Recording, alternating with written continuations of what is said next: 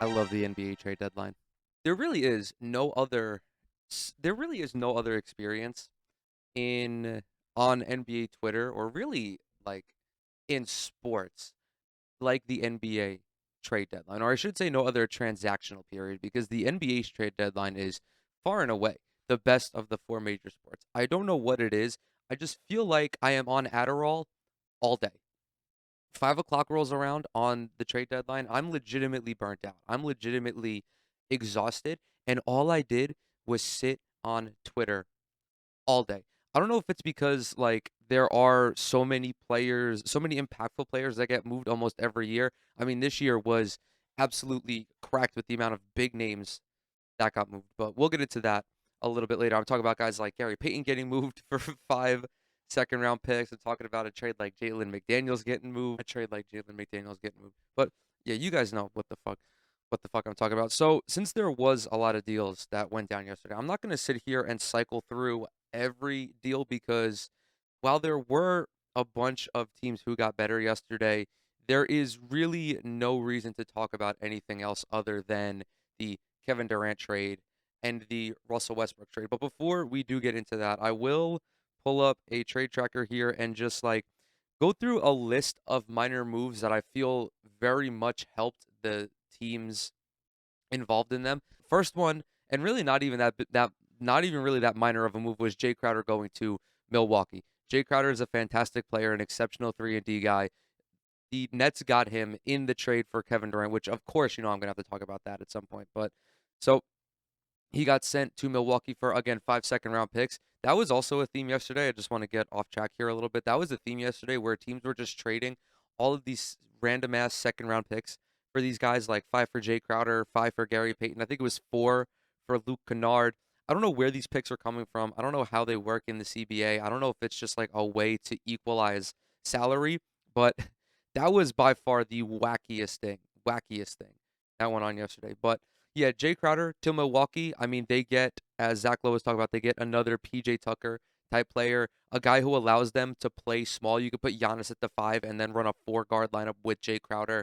Another guy who is capable of guarding the best wing player on the opposing team, which is huge for a team like Milwaukee, who is going to have to go up against Boston most likely at some point, who's going to have to go up against Philadelphia at some point. Also, if they see Miami, a guy who can defend Jimmy Butler is also, again, a floor spacer. So you pair him with Drew Holiday, with Chris Middleton, with Pat Connaughton, Grayson Allen. Them two are basically interchangeable at this point, with Crowder having seriously more upside than Grayson Allen. So I think that was an incredible get for Milwaukee, who just continues that them in Boston, they just continue to be the two best teams in the NBA. So shout out to them. Great move for Milwaukee. I really also like the Nuggets trading for Thomas Bryant. The Lakers send starting center Thomas Bryant to the Nuggets for Devon Reed and 3 second round picks. LA receives Denver's second rounders in 2025, 2026, and 2029. A legitimate backup center. Nikola Jokic is the one thing that that Denver had been lacking. I mean, they were just so notoriously and routinely undersized. And, bringing DeAndre Jordan off the bench to relieve Nikola Jokic is not a winning strategy. Thomas Bryant, big body in the paint, like legitimately, I think he's like a legit 6'11". I'm pretty sure he was giving the Lakers like 12 and 6 in limited minutes. Is not the best rim protector, not the greatest defender in the paint, but a plus defender certainly. So you're not going to lose that much on that end. And I mean, Denver, I think, is the best overall defense over the last month, or somewhere around that mark. And yeah, I think it was a great addition for them, even though they offloaded Bones Highland as well. But Bones had fallen out of the rotation. Very, very inconsistent, very streaky young guy. And that's really not what Denver is looking for right now. They don't need that. They need someone in the backcourt who is reliable, someone who isn't going to shoot the team in the feet, for lack of a better word. I mean, you got Jamal Murray, you got Bruce Brown, you got Jeff Green, Aaron Gordon just had 37 the other night. Nikola Jokic, of course, who is one of the soon-to-be finalists for MVP. So another good trade on that front. Another trade that I like is the Pelicans receiving Josh Richardson from the Spurs for Devontae Graham and 4 second-round picks. I know Josh really hasn't had the best seasons over the last couple of years, but he's a guy who I very much like in theory. Right now, averaging 11 and a half points, shooting 36% from the field, When he early in his career, those last couple of years with Miami, I really became smitten with him. For some reason, I thought that just his ability to be a 3-and-D guard in the Eastern Conference, and this was before the East exploded, was hugely valuable for so many teams. I mean, this is a guy who only a few short years ago was giving Miami 16-4 on 36% shooting. But again, the Pelicans are, the Pelicans might be able to make a seriously deep run. Their guard play outside of CJ McCollum is kind of iffy at best. I would say I just accidentally clicked the Phoenix Suns. Holy moly. So, I mean, just looking at this roster now, CJ McCollum, BI, Trey Murphy, Najee Marshall, Herb Jones, you throw in Josh Richardson, who was replacing Devontae Graham, who really wasn't that much of a benefit and also really wasn't in the rotation that frequently. You know, that's a plus move for New Orleans. I don't know how much it shifts the balance of the Western Conference, especially now that Phoenix appears to be the favorite. But yeah, I think the final trade that I want to touch on is Jalen McDaniels going to Philadelphia. Now, this is a move that can either go, they can either improve over Matisse Thybulle or get stuck with another version of Matisse Thybulle. Philly parted ways with Matisse Thybulle because he really didn't work in the rotation. He's an elite defender, obviously, but he just has been dog shit from three this season, is not really that much of an improved three-point shooter over his career, and it really doesn't make any sense for them to trot him out there when they need floor spacing around Joel Embiid. Tobias Harris, James Harden are great, but you need somebody, especially if they're going to be seeing a lot of minutes, you need them to be able to shoot in this case. Now, Jalen McDaniels is an above average defender, not as good as Matisse Thybulle, but historically has been a better 3-point shooter. I think he's around like 35, 36% for his career, shot 37% the year before this one. However, he is down to 32% this season. So I hope that Philly is thinking that just getting him in a new situation that isn't Charlotte allows him to regain this rhythm. And he is an above average defender. So that is always a plus. Some other notable trades that I really don't have too much to touch on. James Wiseman got traded. That was effectively a salary dump for Golden State. The Clippers got Mason Plumlee. I love Mason Plumlee. He's a very versatile. He's a very versatile center. Has like puts up points sometimes. I mean, puts up points in the sense that he is able to complete um easy passes, but he's a very solid facilitator for a center, like can actively be involved in the offense, is a very good rebounder as well. Not that great of a defender, but the Clippers getting they also got Eric Gordon. That's fucking crazy. John Wall got sent back to Houston as well. So I think that, I'm not going to beat around the bush here. I think that after everything that went on, I'm not really going to fall too deep into the hype around the Phoenix Suns, but I think they are one of the two best teams in the Western Conference now. I don't necessarily know if they're the favorite because, of course, there is still the on-court product, but trading for Kevin Durant is a massive get for anybody and everybody. The full trade. Kevin Durant, TJ Warren going to Phoenix. Phoenix let go of McCall Bridges, Cam Johnson, Jay Crowder, to um, who then got sent to Milwaukee. 4 first-round picks and a pick swap as well. I feel like I'm forgetting somebody. No, okay. McCall Bridges, Cam Johnson, Jay Crowder, 4 picks and a pick swap. So from Brooklyn's perspective, this was the best kind of trade that you were going to get. You were not going to return an all-star player for Kevin Durant. You were not going to return an all-star player for Kyrie. Let's just get that out of the way immediately. You are not getting Devin Booker or DeAndre Ayton for Kevin Durant in this trade. There was a lot of silliness that went on before this trade. There was a lot of silliness that went on around the commentary surrounding this trade. So, from what I've heard, is that Brooklyn kind of basically royally fucked up this entire situation. They didn't want to give Kyrie Irving a long-term contract or, whatever the terms of that contract were. Kyrie was not happy with them. So they wound up trading him. And then Kevin Durant reportedly earlier in the season had gone to the organization and said that if things went south, I want to get the fuck out of here. Things went south, regardless of how they got there, whether it's Kyrie's fault, whether it's the Brooklyn Nets' fault. I feel that, in this situation, they are both equally at fault. Kyrie Irving put himself in a precarious situation, and the Brooklyn Nets, they, I don't know what went on behind closed doors, but ultimately the situation went south. Now there were rumblings that if Kyrie hadn't been traded. Kevin Durant wouldn't have been traded. There was just a whole lot of fucking silliness that went on. And quite frankly, uh, I really don't have much to say aside from the fact that, yes, the organization fucked this up, but, this was something that I had kind of seen the writing on the wall. As a fan, I was telling myself that this was the last season that this team was going to be together. Too much shit was going on. It was just too fucking bizarre a situation for there to be for it to proceed beyond this year. I did not think that I would wake up on Thursday morning to multiple texts and a tweet from Woj that said Kevin Durant was now a member of the Phoenix Suns. I was not expecting that, but apparently KD had wanted to go to Phoenix, and the Brooklyn Nets wanted to do right by him, which I fully respect because he had been nothing but tolerant throughout his whole tenure here. He really wanted to win a championship with this team, and I respect him a lot for that. As a fan, I respect everything he did for this. I respect him not really wanting to move on until, like, he recognized that there was no point in going forward. And yeah, it was bizarro that the team traded Kyrie Irving.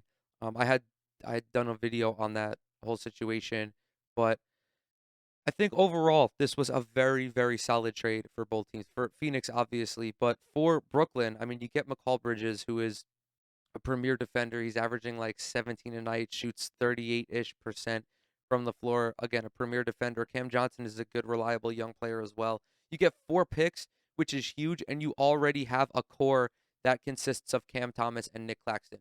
I will say, I don't know what the fuck Sean Marks was doing after this deadline. I don't know if you are going to blow it up, why you wouldn't try to offload Steph Curry, why you wouldn't try to offload Joe Harris, why you kind of just sat with your phone on do not disturb as other GMs are trying to cook up some deals. Very bizarre way to proceed, but so it goes, I guess. And as for Phoenix, I see why folks are, anointing them the new favorites in the Western Conference. You have a 7-man rotation that consists of Devin Booker, Kevin Durant, Chris Paul, DeAndre Ayton, Torrey Craig, and TJ Warren. I'm sorry, I said 7. I meant 6. You do also have um, Damian Lee, Cameron Payne, Landry Shamet, guys like that. But that 6-man rotation is one of the best in the league right now on paper. Devin Booker is in all he's a phenomenal 3-level scorer. One thing that Kevin Durant really does is Phoenix is one of the most voluminous mid-range shooting teams in the league. I think they're third overall in mid-range field goals attempted per game, but they only shoot like 40% from that area. Kevin Durant is one of the best mid-range shooters in the league right now, one of the best mid-range shooters of all time. It's just going to open up that offense so much. And you combine that with the fact that Devin Booker can also get you 30 from basically anywhere, is arguably the best scorer in the league today, the best like pure scorer right up there with Jason Tatum. And then another thing is Chris Paul will no longer really have to contribute much to the scoring load, which is great for him in his old age. He can sit back and facilitate and be the floor general that he's best at. He's not going to have to worry about carrying the offense in Booker's absence anymore. You also do have DeAndre Ayton, who is not as great as some people may think, but he's still 16 and 10. He's a guy who you can dish to in the post. He's a guy that teams have to worry about in the post as well. And then top it off with TJ Warren coming off the bench. I mean, we saw what he was doing in Brooklyn. This guy was like an easy 16, 17 off the bench on any given night. I think that they are really going to have the best shot to come out of the Western Conference, at least on star power, just the names that they're throwing out against a team like Denver. But Denver is this well-oiled machine. And as we've seen in the past, when there are teams of equal talent, when there are teams of equal skill, it is chemistry that winds up winning out. So I wouldn't be surprised to see Denver knock off Phoenix in the conference finals. I wouldn't be surprised to see Phoenix knock off Denver in the conference finals. It really is going to be it's going to be a shootout between these two in the Western Conference. But overall, I'm content with the deal that Sean Marks made. It sucks that it had to come to this point, but I've kind of accepted it. I've moved on. I'm excited to watch Cam develop. I'm excited to watch Nick Claxton continue to develop. I'm excited to watch Spencer Dinwiddie be back in Brooklyn. I'm excited to see what McCall Bridges and Cameron Johnson can do in Brooklyn. And, Brooklyn is still 11 games over 500, I believe. They just beat the Bulls on Thursday night.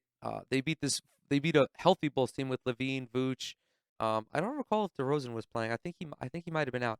But who's to say they can't upset somebody in the first round? I mean, it's highly unlikely. I feel like, especially if they draw, especially if they go up against a team like Boston or Milwaukee. But you never know, man. I've seen weirder.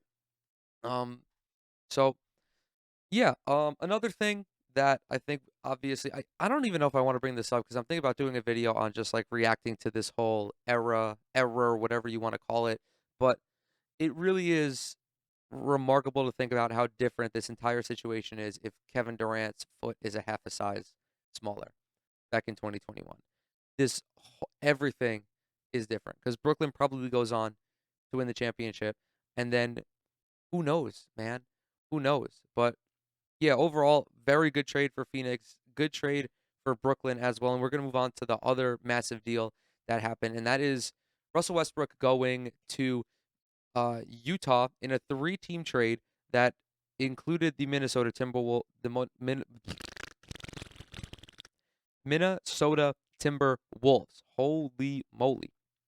So the full details of this trade: Russell Westbrook to Utah. He will likely be waived. The Lakers get D'Angelo Russell, Jared Vanderbilt, Malik Beasley as well. Utah also gets Juan Toscano Anderson, Damian Jones, and the Lakers' first round pick in 2027. Minnesota receives Mike Conley Jr., Nikhil Alexander Walker, and 3 second round picks. So the Lakers, very active around this trade deadline, improved the team quite a bit. Rui Hachimura, you get D'Angelo Russell. I adore D'Angelo Russell. I think that he's going to fit in that team much better than Russell Westbrook is, just because he's a much better offensive player than Russell is. Malik Beasley's going to fit nicely as well. He's an ass defender. Not the worst defender in the league, but definitely below average. Good 3-point shooter, though.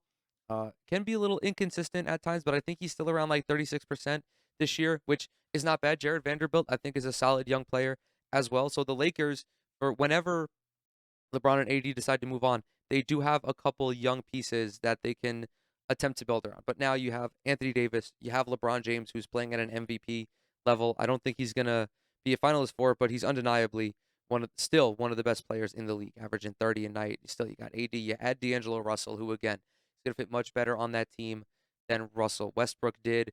Um, I think overall it was a very good deadline for the Lakers. I'm not gonna applaud Rob Pelinka though for this job. I'm gonna give him the credit that is due, but I'm not gonna go above and beyond and like fucking meat ride him to death because this is all his fault. Again, folks, we cannot dismiss the fact that Rob Pelinka put this team in this situation. He he made himself responsible for dealing Russell Westbrook because it was him who decided to trade for Russell Westbrook over DeMar DeRozan a couple of years ago. So I'm not going to sit here and act like Rob Pelinka did not do a decent job because that's just disingenuous. But I'm not going to make it seem like he I'm not going to make it seem like he totally revamped this Lakers team, like he inherited this shitty situation and totally revamped this Lakers team and totally shifted their short-term and long-term future because again, this was all his fault. He traded for Russell Westbrook when he didn't have to. So that's really the only thoughts I have on that. I do love D'Angelo Russell, former Brooklyn Net, who unfortunately had to be dealt from the team to make way for Kevin Durant and Kyrie Irving. I'm forever indebted for what he did for this franchise, how he and Karras and Jared Allen really altered the prospects of the Brooklyn Nets franchise. But still, very good young player, has a significantly wider offensive repertoire than Russell Westbrook. Can start, can come off the bench, is not so ball dominant either. Like that was a huge thing with Russell Westbrook. And again, like all of the hate that is directed at Russell Westbrook, the player, is justified because he does have numerous flaws as a player. And one of them is that his offense has just never evolved. He just never became a reliable 3-point shooter. He never really learned how to work without the basketball. He's still very ball dominant at this point in his career. And it's fine to be that way because he's still a very good player. It just did not fit on this Lakers team. And D'Angelo Russell, having played alongside numerous stars, having played alongside Karl Anthony Towns, having played alongside, Karis LeVert, Spencer Dinwiddie, he knows how to meander around an offense. He can take games over at times, as we've seen, but he's also content to sit back, catch and shoot, create off the dribble late in the clock when there's nothing happening offensively. One thing that really fucking bothered me about this whole situation with Russell Westbrook came on the deadline day itself when Dave McMenamin was talking with Brian Windhorst, Ramona Shelburne on ESPN, and he had mentioned that a source said to him that, pardon me, now that Russell Westbrook is gone, it's like a vampire had been removed from the locker room. And that is just such a despicable thing to say as an anonymous source. Like, that is so just disgusting to be involved in the team in some regard and treat Russell Westbrook like he's this blood sucking vibe killer inside the locker room when all signs point to him being fine in the locker room. They make it seem like he tarnished everything about this Lakers team when he didn't ask to be in this situation. Like on the court, as I already mentioned, it was a different story. But to claim that he's a vampire and sucked the life out of this organization and not even have the balls to put your name on it. And then also for Dave to go on national TV and say that about Russell Westbrook, who seems to be like one of like the nicest guys. And like you see them do shit like this. You see the media conduct themselves this way. And then you wonder why Russell Westbrook is short with the media. You wonder why guys are, kind of skeptical of how the media treats them. It's because they treat them like shit. That's just such a fucked up thing to say about a nice guy. Talk about him on the court all you want, but don't bring in this extracurricular bullshit to try to further tarnish his reputation. It's scummy, it's despicable, it's annoying. I hate that these neckbeard Discord moderators are able to be inside sources for NBA teams because it just gives everybody such a bad look. It really does. Like that bothered me. That bothered me so much. Just seeing it unfold in real time. It's like, man, how do you hope to have any shred of integrity and you drop that on national TV? If a source ever hit me with that, I would tell them to lose my number, or I would call them I'd call them a dickhead because that's just such a silly, dude. That's such a remarkably silly thing to say.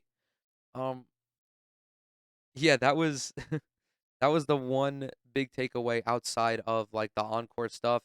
There's of course still some developments with Russell Westbrook in the buyout market. I think the Bulls said they're interested in Russell Westbrook. I think the Clippers also said they're going to pursue Russell Westbrook in the buyout market, especially now that they traded Reggie Jackson. They're going to need somebody to be point guard. I don't know if Russ is that guy. I really don't because we've already seen him try to do it with the Lakers. I mean, maybe he is though because he does have a rapport with Paul George. I mean, neither Kawhi nor PG are the type of ball dominant wing that LeBron is. It's a very different dynamic playing with LeBron than it is playing with Paul George and Kawhi Leonard. I do think that Russell Westbrook does not stay with Utah. I think he goes to some sort of, you know, contending team. At this point, I would say that, the Bulls and the Clippers should be the front runners for it, but ultimately, I really don't know. It's still early. Um, yeah, I'm just glad that Russell Westbrook is out of that toxic situation because I can only imagine the type of fucking mental toll it was taking on him. So I think that should about do it. I've talked about pretty much everything. The Lakers also traded Patrick Beverly for Mo Bamba, so they replaced Thomas Bryant, which I think is great. Mo Bamba, um, you know, good player, I guess. Similar to Thomas Bryant in that regard. I will say this is not a move that I think like really changes anything. I think it was just a way of the Lakers to ship out a guard like Patrick Beverly because they already have a bunch of fucking guards on this roster, especially now they added Malik Beasley and Jared Vanderbilt. You still got Austin Reeves and Thomas Bryant was seeing tremendous minutes for them. And Mo Bamba in Orlando was. I'm gonna just pull up his numbers real quick. 7 points, 5 assists, 17 minutes a night. Never really broke through the Magic's rotation again. I mean, last year was seeing 26 minutes a night, which is good, but It's very tough. Wendell Carter Jr. is playing good basketball right now. Franz Wagner playing good basketball. You had the emergence of Bol, who kind of almost he took Mo Bamba's roster spot straight up. He's a more versatile center. He's just a better overall player at this stage in their career. And Mo Bamba, I saw reports that he said he wanted to go to a larger market, and there's no larger market to go to LA. So I think that Bamba is really gonna. I think we will be able to properly assess his talents while he's in LA and while he's actually contributing meaningful minutes. So I think that's gonna about do it for me. I talked about Phoenix, I talked about Brooklyn, I talked about Jay Crowder, talked about Russell Westbrook. Those are really the three things that I wanted to talk about today because those were the three most sizable trades. Talked about Kyrie last week or earlier this week, I should say. So yeah, I think that'll be about do it. Thank you guys so much for watching. Leave a like on the video. Subscribe if you enjoyed this content. I drop videos at least every Wednesday, sometimes more. Follow the podcast as well, Hedging Screens, on every platform on which you listen to podcasts. Of course, follow me on Twitter, Instagram, TikTok, all that good shit. And once again, thank y'all so much. I'll see y'all in the next one.